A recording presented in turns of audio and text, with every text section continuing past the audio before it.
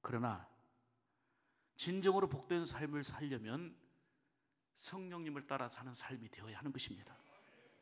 성령님의 인도하심을 따르는 삶이 죄를 이기고 성결하게 살아가며 성경에 약속하신 놀라운 은혜와 복을 누리는 삶이 되는 것입니다. 이게 코스예요. 복된 코스예요. 성령을 따라가는 삶이 우리가 추구하고 원하지만은 추구한다고 되는 게 아니고요. 우리 이 복된 코스로 가야 되는 거예요. 옛날부터 전해지는 오복이 있죠. 오복. 5가지 복. 중학생들에게 옛날부터 내려오는 이 오복이 뭐냐라고 물었더니 정확하게 대답한 친구들도 있고 다양한 답이 나왔는데 그 중에 재미있는 답을 하나 소개해 드릴게요. 한 학생이 적은 답입니다. 오복, 초복, 중복, 말복, 8.15 광복, 9.28 수복. 재미있는 답이어서 제가 소개합니다. 사서삼경의 서경에 나오는 홍범편에 보면은 오복이 있어요. 오복이 있는데 그 첫째 복은 수예요. 수. 오래 사는 거. 물론 여기 건강하게 오래 사는 거겠죠. 두 번째는 부예요. 부자가 되는 거. 세 번째는 강령입니다. 강령. 이 강은 육체적 건강을 의미하고 영은 정신적 건강을 의미합니다. 그러니까 육체적으로 정신적으로 건강한 것이 세 번째 복이라는 거예요. 그 다음에 유호덕. 이거는 남에게 선을 베풀고 덕을 쌓는 걸 말하죠. 5번째는 고종명. 이거는 천수를 다 하고 편안하게 죽는 것을 말하죠. 이게 소위 사서삼경의 서경에서 나오는 홍범편에 실려있는 오복에 대한 내용입니다. 여러분, 그런데 저는 한마디로 말씀드리고 싶어요. 가장 중요한 복은 예수님 안에 살다가 예수님 안에서 죽는 것입니다. 예수님 안에 모든 것이 다 있기 때문입니다. 그래서 계시록 14장 13절에 보면 주 안에서 죽는 자들은 복이 있도다 그랬어요. 사서삼경의 오복을 누린다 해도 예수 안에 없으면 진정한 복이 될 수가 없는 것입니다. 여러분, 예수 안에 사는 것이 복이고요, 예수님 안에 살다가 예수님 안에서 죽는 것이 진정한 복인 줄 믿습니다. 이러한 복은 성령님을 따라 사는 성도의 삶인 것입니다. 성령을 따라 사는 삶은 늘 자신과 싸워 이겨야 되고요, 죄악과 싸워 이겨야 되고요, 선한 일에 힘써야 되는 것입니다. 하나님은 반드시 심은 대로 거두게 해주시고 행한 대로 갚아주시는 분이십니다. 오늘 7절에도 보면 스스로 속이지 말라. 하나님은 업신여김을 받지 아니하시나니 사람이 무엇으로 심든지 그대로 거두리라. 무엇으로 심든지. 그래서 우리가 잘 심어야 되고요, 좋은 것을 많이 심어야 되는 것입니다. 지난주에도 죽음이라는 과정을 통해서 가족과 이별의 슬픔을 겪은 여러 가정들이 있고요, 아마 이번 3월 한 달은 적잖이 제가 장례식만 한 20곳을 넘게 간 것 같습니다. 결혼식보다도 몇 배로 더 많이 간 것 같아요. 여러분, 사람은 누구나 할 것 없이 죽음을 맞이하는 순간이 옵니다. 자신에게 종말이 있다고 하는, 개인적 종말이 있다고 하는 것을 알고 사는 사람이 그렇게 욕심 부리지 않고요, 지혜롭게 살아가고 무엇보다도 성령님을 따라 사는 삶이 되는 것입니다. 선한 것을 살면서 많이 심으려고 노력해요. 왜요? 무엇을 심든지 그대로 거둔다는 법칙을 알고 있기 때문입니다. 레미제라블의 작가 빅토르 위고가 인간의 오늘의 문제는 생존과 싸우는 것이고 내일의 문제는 승리하는 것이다. 중요한 건. 그러나 실패하든 패배하든 승리하든 할 것 없이 모든 인간은 다 죽는다 그랬어요. 공감이 가는 얘기죠. 여러분, 사람들 보면 실패하는 사람이 있고요, 성공하는 사람이 있고요, 실패하는 사람이 있고요, 승리하는 사람이 있고요, 패배하는 사람이 있고요. 그렇지만 누구도 예외할 것 없이 성공한 사람도 죽고 실패한 사람도 죽고 누구나 이 죽음에는 여유가 없다는 것입니다. 이 사실을 아는 사람이 세월을 아끼며 살게 되고요, 그 소중한 시간에 나와 함께하는 소중한 사람과 더 복된 삶을 살아갈 뿐만 아니라 지금 나와 함께하는 그 사람을 소중하게 여기며 살아가는 지혜와 믿음이 있는 것입니다. 그러나 오늘의 현실을 보십시오. 러시아는 강력한 힘으로 전쟁을 통해서 우크라이나를 공격하고 있고 수많은 민간인들을 죽여대고 있습니다. 여러분, 이런 전쟁은 속히 종식이 돼야 됩니다. 그런가 하면 곳곳에 사회적 분쟁, 갈등, 가정의 갈등, 공동체의 분열 등 이런 게 얼마나 심화되고 있습니까? 이런 부분들 역시 작은 전쟁들입니다. 큰 전쟁만이 아니라 이런 전쟁들도 종식되어야 합니다. 무엇보다도 예수 믿는 성도들이 내가 있는 자리에서, 내 삶의 자리에서 일치와 화목을 이루는 주역이 되어야 합니다. 그러기 위해서는 내 의지와 내 마음대로 되지 않아요. 늘 성령님을 따라 사는 삶을 살아야 그게 가능한 것입니다. 성령을 따라 살기 위해서는 내 자신이 정말 각오해야 될 게 있는데, 그건 뭐냐면 내 자신과 싸워 이기는 거예요. 우리는 환경과 싸워 이기고 어떤 상대와 싸워 이겨야 된다고 보지만 먼저는 내 자신과의 싸움에서 이겨야 되는 거예요. 우리는 성령을 따라 살면서 내 자신을 잘 다스려야 될 이유가 가장 무서운 적, 가장 가까이에 있는 적, 그리고 날마다 나를 넘어지게 하는 적도 바로 내 자신이기 때문입니다. 성령을 따라 살면서 내 자신을 이겨나가고 다스리는 지혜와 믿음이 필요하다 그 말입니다. SBS 세상에 이런 일이 프로그램에 보니까 90 넘은 할머니가 날마다 1시간씩 뛰는 이 장면이 방영됐습니다. PD가 언제부터 이렇게 뛰게 됐습니까? 30년 전에 카터 대통령이 한국에 와서 조깅을 하는 걸 보고 그때부터 도전받아서 뛰기 시작했다는 것입니다. 90세 넘은 할머니가 마라톤 대회에서 최고령자로 상을 받는다면서 자기의 인생을 좋은 삶으로 만들려고 노력하지 않으면 결국은 나쁘게 된다는 거예요. 좋은 인생으로 만들려고 힘써야지 노력하지 않으면 저절로 나쁜 인생이 된다. 이 할머니 얘기예요. 그래서 이걸 장면을 또 다른 장면을 찾아봤더니요, 97세가 된 그 할머니가 그냥 철인 경기 이거저거, 그리고 거기 보니까 육체의 나이는 30대. 제가 여러분들이 잘 안 놀라는 걸 보고 제가 놀래고 있어요. 자, 이 이야기하고 그 다음 얘기를 한번 들어보세요. 같은 SBS 방송인데 궁금한 이야기 Y라는 프로그램에서 아주 어린 아기를 둔 엄마가 이 아기를 집에 둔 채 늘 놀러 다닙니다. 집에 방치하고 놀러 다녀요. 그런데 강아지는 얼마나 이뻐하는지 강아지 2마리는 꼭 끼고 삽니다. 그러다 결국은 그 3살짜리 딸을 굶어 죽게 만들었다고 하는 그런 내용입니다. 이 방송을 본 사람들은 충격과 분노에 빠졌고 정말 그 3살짜리 죽은 아이가 너무너무 불쌍하다라고 하는 반응들입니다. 여러분 보세요. 90세 넘은 할머니와 이 아기 엄마의 차이는 무엇입니까? 할머니는 자기와의 싸움에서 이긴 사람이고 아기 엄마는 자기와의 싸움에서 져서 육신의 쾌락과 육신의 즐거움에 빠져 살아가는 그런 차이입니다. 자신과 싸워 이긴다는 것이 이렇게 쉽지가 않습니다. 그런데 자신과의 싸움에서 이겨야 그 90세 넘은 할머니가 얘기한 것처럼 아름답고 복된 인생을 만들기 위하여 자기와의 싸움에서 힘써야지, 그렇지 않으면 나쁜 인생이 되어버린다는 말이 공감이 되는 것입니다.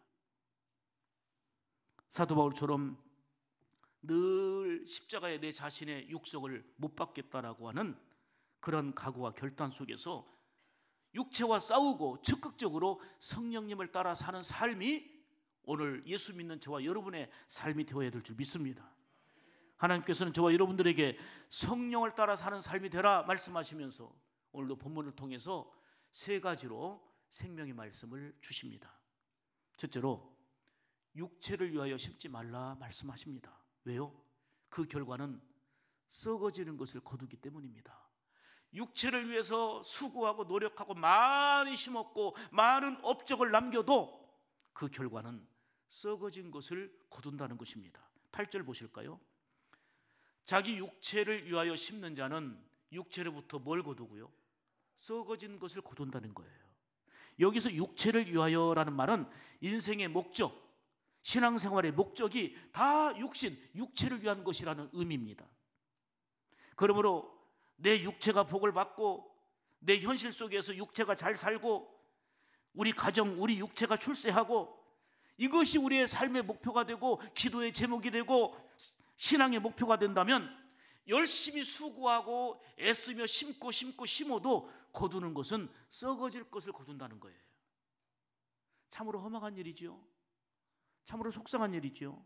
열심히 심었는데, 그토록 고생하며 심었는데 썩어지는 열매를 거두게 된다는 거예요. 그게 바로 육체를 위하여 살고 육체를 위하여 심는 자의 모습임을 성경을 통해서 말씀합니다. 성령의 소욕과 육체의 소욕은요, 늘 내 안에서 싸워요.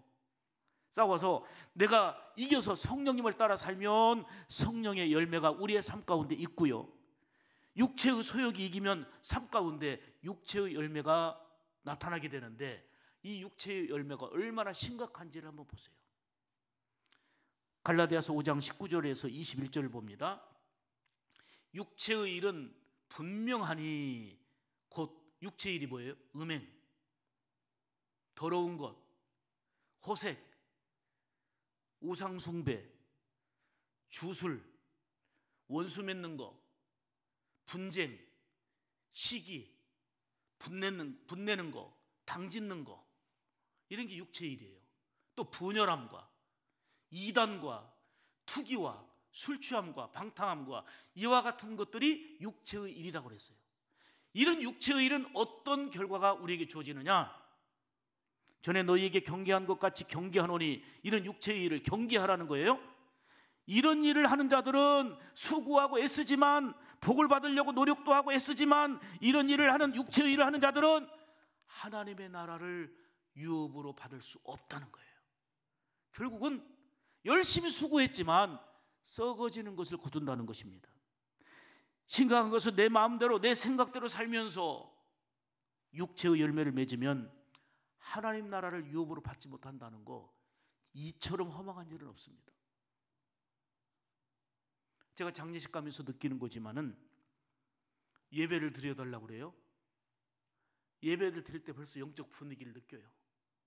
처음 보는 유가족들이지만 다 예수 믿고 소망 가운데, 고인도 예수 믿고 돌아가셨고, 다 그런 분위기 속에서는요, 정말 위로와 소망과 비전을 함께 나눌 수 있는데, 고인도 믿지 않았고 가족들도요 믿지 않고 그러면 할 얘기가 없어요. 뭔 얘기합니까? 리얼하게 얘기를 못할 뿐이지. 여러분, 이렇게 인생은 죽음이라는 과정이 있는 건데 아무것도 가져가는 게 없습니다. 예수님이 나의 생명의 구주이십니다라는 믿음의 고백이 있어야 그거 하나가 결국은 우리에게 약속한 영생 천국을 누리게 되는 거고, 그렇지 않으면 썩어진 것을 거두기 때문에 지옥 형벌을 받을 수밖에 없는 그런 결과니, 그동안 80년, 그동안 100년 잘 살아오면 뭐하고, 잘 누려와서 뭐합니까? 영원한 지옥에서 고통받을 이런 삶의 결과이라면 얼마나 속상한 일입니까? 마음이 무겁고 가슴이 아픕니다.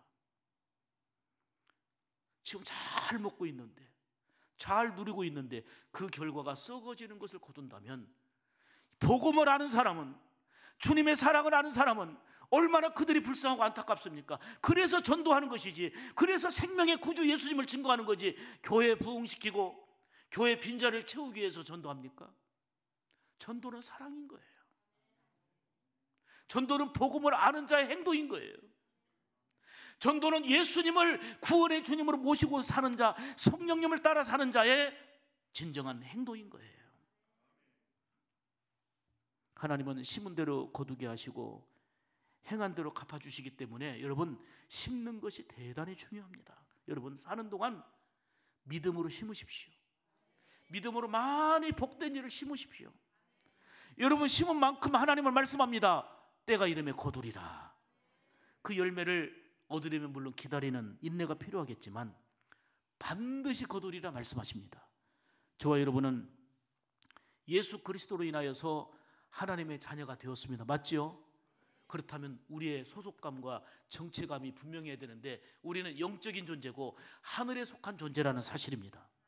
육신을 입고 이 땅을 딛고 살고 있지만 욕심과 물질만 위해 살지 말고 먹든지 마시든지 무엇을 하든지 내 시간을 통해서, 내 재능을 통해서, 내 물질을 통해서, 내 에너지를 통해서 하나님께 영광 돌리는 일을 많이 심으며 사시기를 축복합니다. 육신을 위하여 심지 말아야 될 것을 성경에는 너무너무 많이 말씀하고 있는데 몇 절만 말씀드릴까요? 전도서 15장 50절에 보면 혈과 육은 하나님의 나라를 유업으로 받을 수 없다고 그랬어요. 또 로마서 8장 6절에 보면 이 육신적인 생각은 결국은 사망에 이른다 그랬어요. 또 로마서 8장 7절에 보면 육신의 생각은 하나님과 원수가 된다 그랬습니다. 또 로마서 8장 8절에 보면 육신의 생각은 하나님을 기쁘시게 하지 못한다 그랬어요. 로마서 8장 13절에 보면 너희가 육신대로 살면 반드시 죽으리라 그랬어요. 이거는 영원한 죽음을 말하는 거예요. 치욕 고통을 말하는 거예요. 우리가 육체의 일을 화려하게 업적을 쌓아놓고 수없이 노력하지만 결국은 하나님과 원수가 되고 결국은 영원한 사망에 이르게 되고 열심히 심었지만 썩어질 것을 거둔다는 거예요. 여러분, 예수 믿는다고 하지만 그의 삶의 열매를 볼 때에 전혀 믿는 자다움이 없다고 한다면 제대로 믿음으로 심고 사는 삶은 아닙니다. 노벨 문학상을 받은 해밍웨이가 쓴 유명한 책이 있습니다. 바로 노인과 바다라는 책이죠. 이 내용에 보면 나이 많은 어부가 큰 물고기를 잡으려고 사투를 벌입니다. 엄청난 큰 물고기.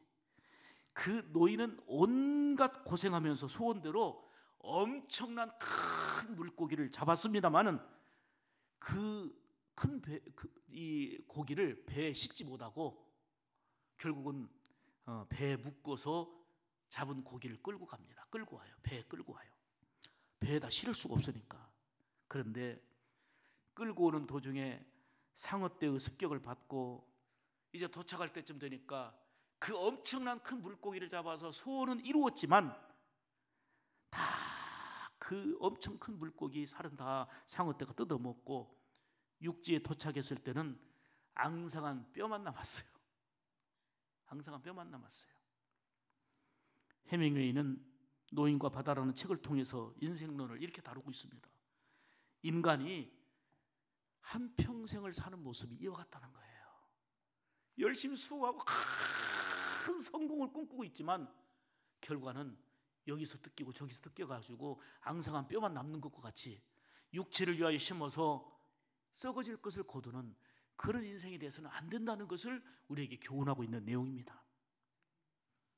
사랑하는 여러분, 육신을 위해 심으며 아무리 열심히 살아 부자가 되고 출세해도 인생 종국에 남는 것은 먹을 것이 없는 뼈다귀에 불과한 인생이라면 솔로몬의 고백처럼 부귀영화를 다 누려서 남들이 부러워할 만한 조건을 다 갖추고 있었지만 헛되고 헛되도다, 나는 망한 인생이로다, 이런 고백이 저와 여러분의 고백이 되어서는 안 되겠습니다. 전도서 1장 12절의 말씀, 이 세상 육체를 위하여 사는 자는 헛되고 헛되니 모든 것이 헛되다라는 말씀을 우리 마음 깊이 새겨야 합니다.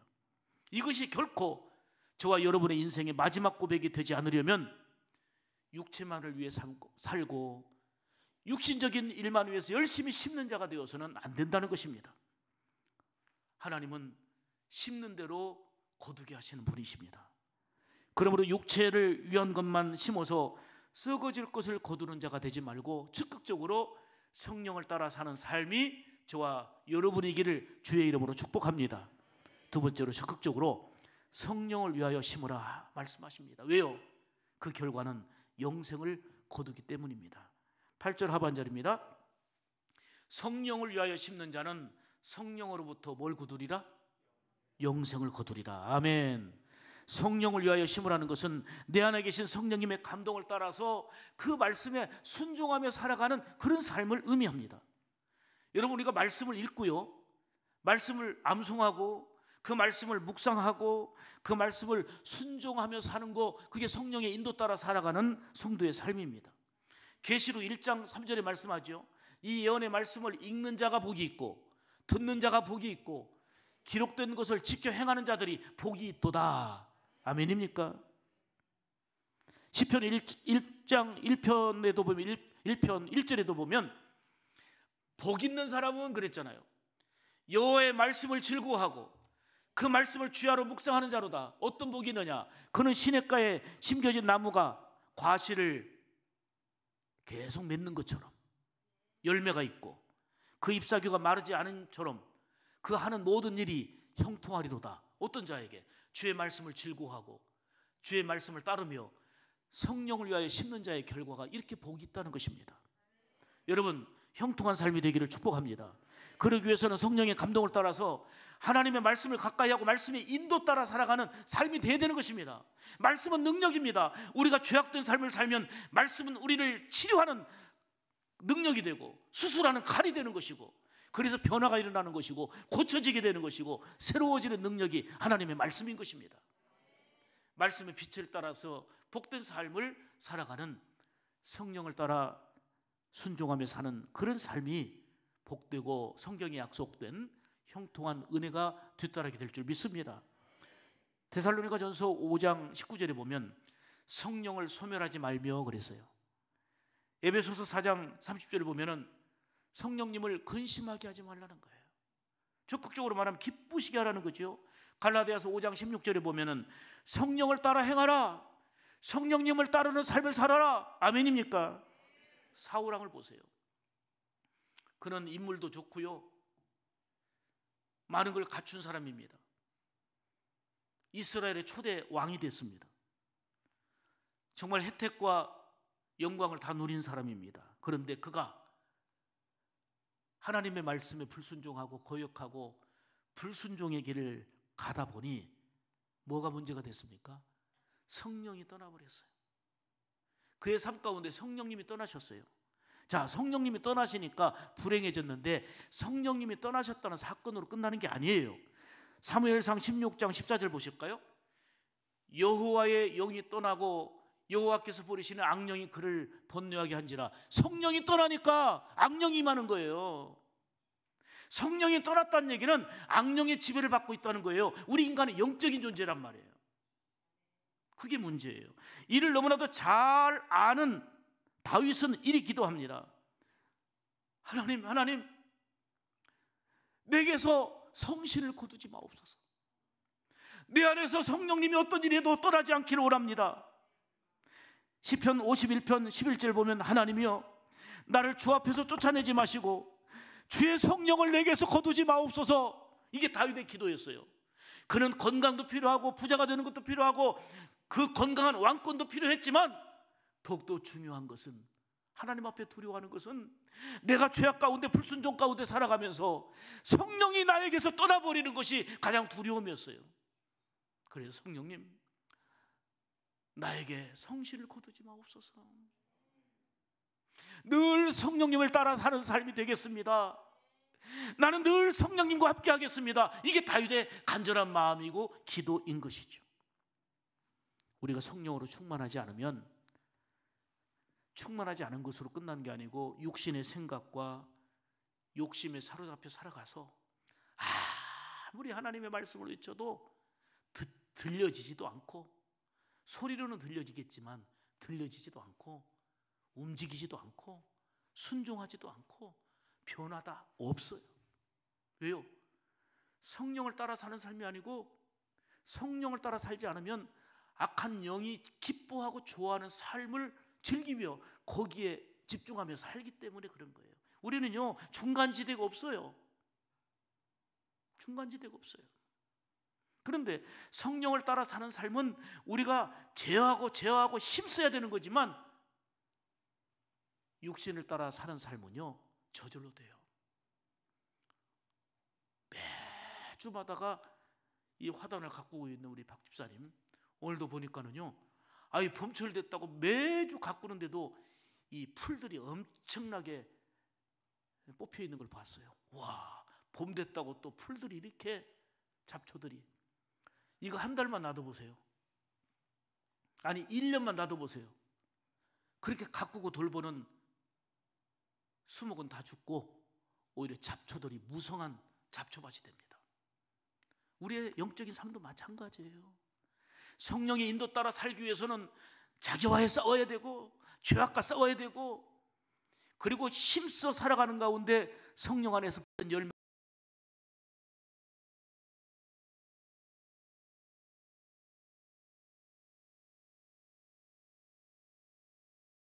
지배를 받으면서 가득하게 되는 거예요. 우리 주님께서 승천하시면서 제자들과 그리고 우리에게 부탁하신 말씀이 무엇입니까? 약속하신 성령을 기다려라. 약속하신 성령을 받으라. 사랑하는 여러분, 예배 중에 임하시고 말씀과 기도 그리고 찬양할 때 임하시는 성령님 안에 사시기를 바랍니다. 성령님이 임하시면 내 생각과 마음을 주장해 주십니다. 내 입술의 언어를 성령님이 다스려 주시기를 바랍니다. 내 감정을 성령님이 만져주시기를 원합니다. 내 계획을 성령님이 인도해 주시기를 원합니다. 성령님의 감동 따라 순종하는 삶이 시편 1편의 말씀처럼 그게 복 있는 길로 가는 코스입니다.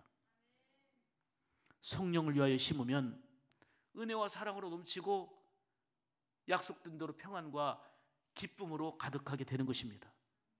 그러므로 성령을 위해 심는 그러한 성도가 되어서 성령으로부터 생명과 평안 그리고 만족한 열매로 가득한 그러한 우리 생물 가족들이 다 되시기를 주님의 이름으로 축복합니다.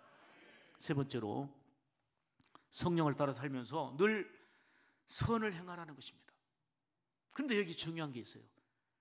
선을 행하되 낙심하지 말라. 왜요? 반드시 심은 것은 거두기 때문입니다. 9절 말씀 보실까요? 우리가 선을 행하되 낙심하지 말지니 포기하지 아니하면 때가 이름에 거두리라. 여러분, 선한 일이라는 것은 성령님을 따라 사는 삶으로 하나님의 말씀을 순종하고 의롭고 경건하고 그리고 착하게 사는 것입니다. 마태복음 5장 14절 16절에 보면 너희는 세상의 빛이라 말씀하시면서 너희의 착한 행실로 많은 사람들에게 하나님께 영광 돌리게 하라는 거예요. 우리의 착한 행실이 중요한 거예요. 이것이 하나님께 영광 돌리는 삶이 되기 때문입니다.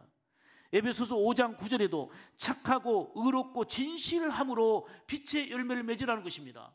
우리가 빛의 열매를 맺는다는 거, 밝게 산다는 거, 그게 뭡니까? 착함과 의로움과 진실한 생활, 이게 바로 빛의 열매입니다. 성령의 사람은 그러므로 악한 말을 버리고 선한 말을 합니다. 성령의 사람은 악한 생각을 버리고 선한 생각을 합니다.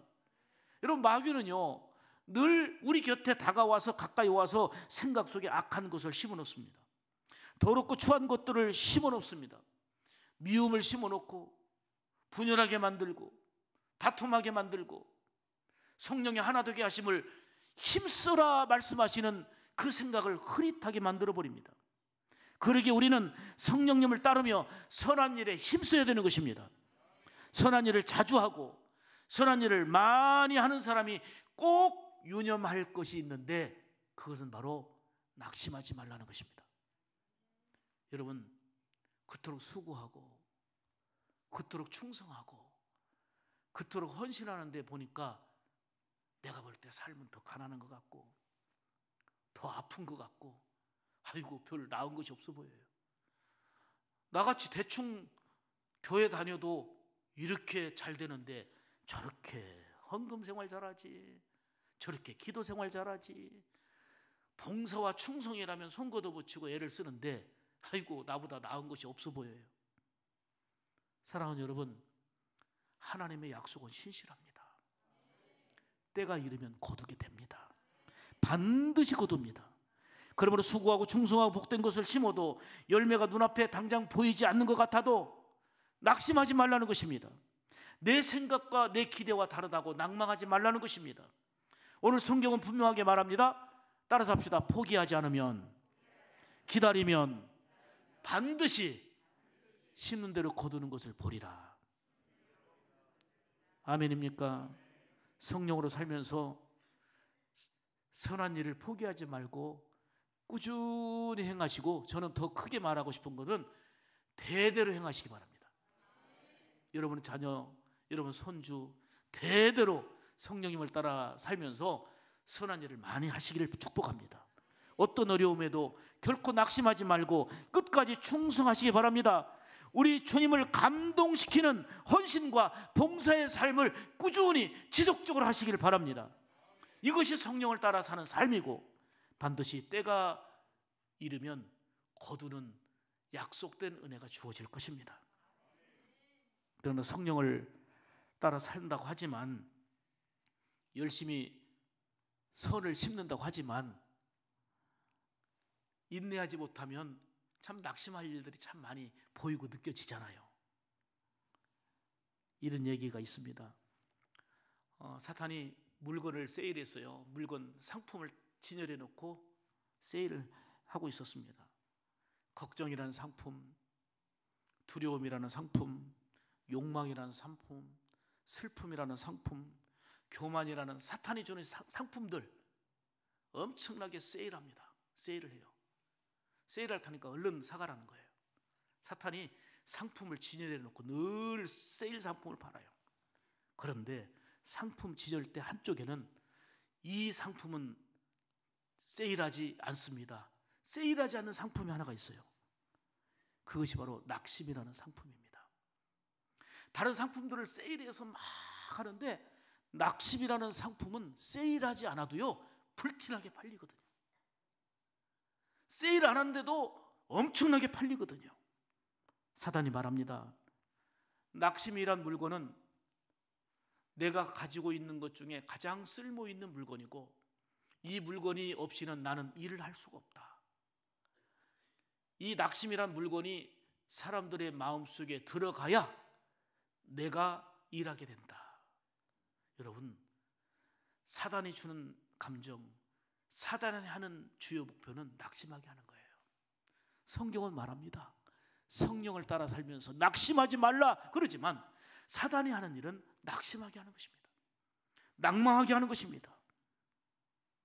영적인 대승리를 거두었던 선지자 엘리야도 이세벨의 줄기찬 공격에 낙심하여서 로뎀나무 그늘 아래서 죽기를 간구하던 적도 있습니다. 10명의 정탐꾼이 부정적인 보고를 할 때에 이를 들었던 이스라엘 백성들이 낙심하며 탄식을 했다고 민수기 32장에 보면 나와 있습니다. 낙심은 하나님의 복을 가로막는 거예요. 낙심은 비전을 물거품 되게 만드는 거예요. 그래서 성경은 말합니다. 선을 행하되, 선을 행하다 낙심하지 말라. 기도하다가 아직 응답이 되지 않는 것 같다고 낙심하지 말라는 것입니다. 헌신하고 충성하다가 무슨 오해를 받았다고 낙심하지 말라는 것입니다. 믿음으로 인내하고 기다리면 반드시 때가 이름에 약속된 대로 열매를 거두게 됩니다. 영국에서 가장 존경을 받는 인물이 윈스턴 처칠입니다. 수상을 지냈죠. 가장 매년 존경받는 인물을 조사했을 때 가장 1위에 속한 사람입니다. 이분이 옥스퍼드 대학 졸업식에서 축사를 맡았는데 감동의 연설이 기대가 됐습니다. 근데 진짜 감동의 연설이었습니다. 그의 연설은 아주 짧은 거였습니다. Never give up, never give up, never give up, that's all. 절대 포기하지 마라. 절대 포기하지 마라. 절대 포기하지 마라. 그것이 전부입니다 하고 내려갔어요. 뭔가 큰 장황한 연설을 기대했던 학생들은 멍했지만 긴 여운을 남기는 최고의 명연설로 남겨져 있습니다. 사랑하는 여러분, 사탄은 끊임없이 낭망하게 하고 포기하게 만들지만 믿음의 사람은 낭망하지 말고 포기하지 말아야 됩니다. 오늘 성경에도 말했잖아요. 너희가 포기하지 아니하면 심은 것을 거두는 것을 본다는 것입니다. 여러분, 예수 믿는 우리는 포기라는 단어를 쓰지 말아야 돼요. 한 번은 써야 됩니다. 김장할 때 배추 500포기, 300포기, 100포기 그때만 쓰시고 예수 믿는 사람은 포기라는 단어 쓰는 거 아닙니다. 아멘. 어떤 사람은 우리 인생을 한 장의 종이로 비유하고 있습니다. 그리고 어떤 사람은 우리 인생을 하나의 그릇으로 비유합니다. 성경은 우리의 마음을 밭이라고 비유합니다. 자, 그러면 내 인생의 한 장의 종이라고 한다면 내 인생의 종이에다 여러분들은 무엇을 쓰시고 무엇을 그리시겠습니까? 내 인생이 그릇이라고 한다면 내 인생의 그릇에 여러분들은 무엇을 담고 무엇을 채우시겠습니까? 소망을 담으시고 사랑을 담으시고, 아멘, 믿음을 담으시고 꿈을 담으시고 은혜를 담아야 될 거 아닙니까? 근데 내 인생의 그릇에 미움을 담고 낙심을 담고 절망을 담고 그래야 되겠습니까? 내 인생이라는 밭에는 여러분 무엇을 심으시겠습니까? 성령님을 따라 살면서 좋은 것으로 복된 것을 많이 심는 여러분들 되시기를 축복합니다. 반드시 심은 대로 거두게 됩니다. 믿음으로 헌신하며 충성하는 자의 결과는 결코 헛되지 않습니다. 내가 이름에 잘하였도다 착하고 충성된 종아, 주님이 칭찬하시면서 주인의 잔치에 영광스럽게 참여하는 믿음의 주인공이 될 것입니다. 심고 거두는 법칙, 이는 불별의 법칙입니다. 사랑하는 성도 여러분, 우리는 늘 성령님을 따라 살면서 하나님이 기뻐하시는 선한 일에 많이 힘쓰시기를 축복합니다. 어떤 일에도 낭망하지 말고 때를 기다려야 합니다. 눈앞에 보이는 현실적인 것들만 추구하면서 육신적이고 육체적인 것들만 열심히 수고하고 업적을 쌓아도 나중에는 썩는 것을 거두는 허망하고 허무한 인생이 되고 맙니다. 모든 것은 심는 대로 거두기 때문입니다. 그래서 믿음으로 심어야 되고 좋은 것을 많이 심는 그런 삶이 되어야 되는 것입니다. 내 생각과 내 뜻대로 잘 안 된다고 낙심하거나 포기하지 말아야 합니다. 다시 말씀드리면 때가 이르면 반드시 거두게 됩니다. 성령을 따라 사는 삶이 되어서 우리 주님이 약속하신 평안과 기쁨을 누리며 때가 되면 거두게 하시는 하나님의 풍성한 긍휼과 은혜로 가득 찬 여러분의 삶이 되기를 주님의 이름으로 축복합니다. 기도하겠습니다. 우리 마음에 각오하고 결단하십시다. 하나님,